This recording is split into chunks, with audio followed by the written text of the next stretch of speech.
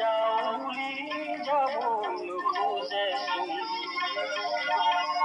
চকুৱে চকুৱে চাব পৰা হলে দেখিলোহেঁতেন বেলিৰ মুখৰ ৰং তোমাৰ শিৰৰ সিন্দুৰ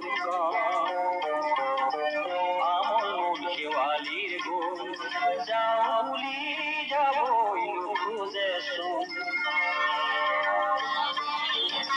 নমস্কাৰ, মই দীপ্তি আনটা ব্লগলৈ স্বাগতম জনাইছোঁ। আশা কৰোঁ আপোনালোক সকলো ভালে আছে আৰু সকলো মংগল কামনা কৰি মই আজি নতুন এটা ভিডিঅ'লৈ আপোনালোকক স্বাগতম জনাইছোঁ। আৰু এতিয়া মই প্ৰথম ভিডিঅ'টোৱে আজি আৰম্ভণিতে আপোনালোকক ক'ব খুজিছোঁ, আপোনালোকে যিসকলে নতুনকৈ চাইছে তেওঁলোকে মোৰ ভিডিঅ'টো ছাবস্ক্ৰাইব কৰি দিব বুলি আশা কৰিছোঁ। আৰু যিসকলে মানে মোৰ বন্ধু আছে তেওঁলোকে একদম স্কিপ নকৰাকৈ ভিডিঅ'টো চাবলৈ বুলি অনুৰোধ জনালোঁ। আজি এয়া মই আপোনালোকলৈ লৈ আনিছোঁ, এয়া চাওকচোন শেৱালি ফুল। শেৱালি ফুলৰ এতিয়া এই আহাৰ মাহতো কেনেদৰে ফুল পুলি ওলাইছে, ইমান ধুনীয়া ধুনীয়াকৈ শেৱালি ফুল সৰিছে আৰু মানে আমোল মোল গন্ধই সঁচাকৈ হীৰেণ ভট্টাচাৰ্যদেৱৰ গানটোৰ লগত মানে একদম মিলি গৈছে।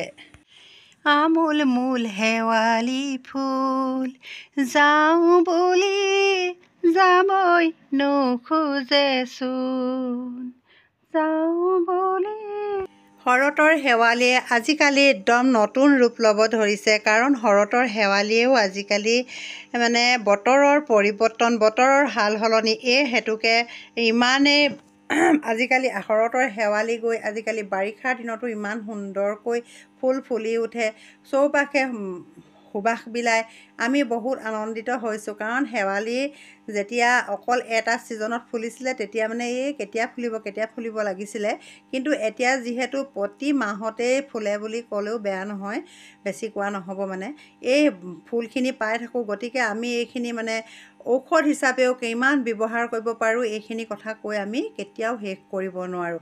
এক নম্বৰ ঔষধ হৈছে শেৱালি, এক নম্বৰ ঔষধ হৈছে কিমি পেলু নাশ কৰা। ইয়াৰ যদি আগ কেইটামান কুঁহি আগ কেইটামান পিচি পিনি মিচিৰিৰ লগত খোৱা হয় তেতিয়াহ'লে অতি সোনকালে কিমি পেলু নাশ হৈ যায়।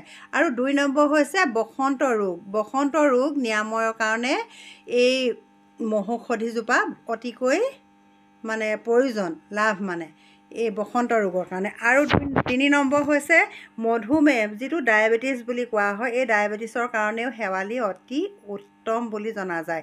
আৰু 4 নম্বৰ হৈছে খৰ খজুৱতি।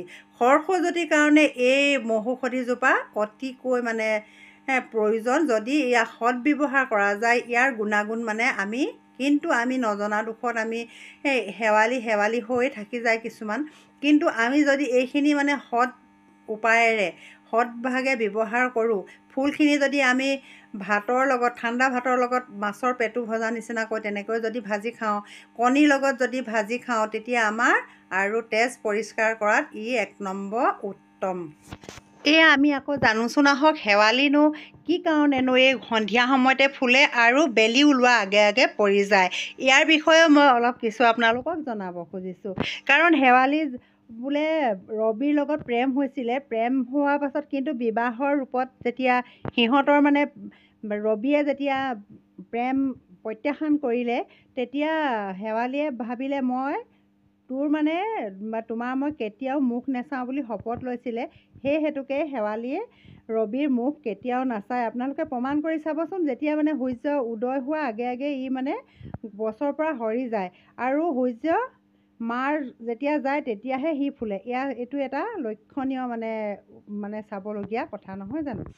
শেৱালিৰ পাহিৰেৰে তোমাৰ মিচিকি হাঁহিৰে পাতিলে খিৰিকীৰ কাষলে, শেৱালি পাহিৰেৰে তোমাৰ মিচিকি হাঁহিৰে মাতিলেহি খিৰিকীৰ মুখলে।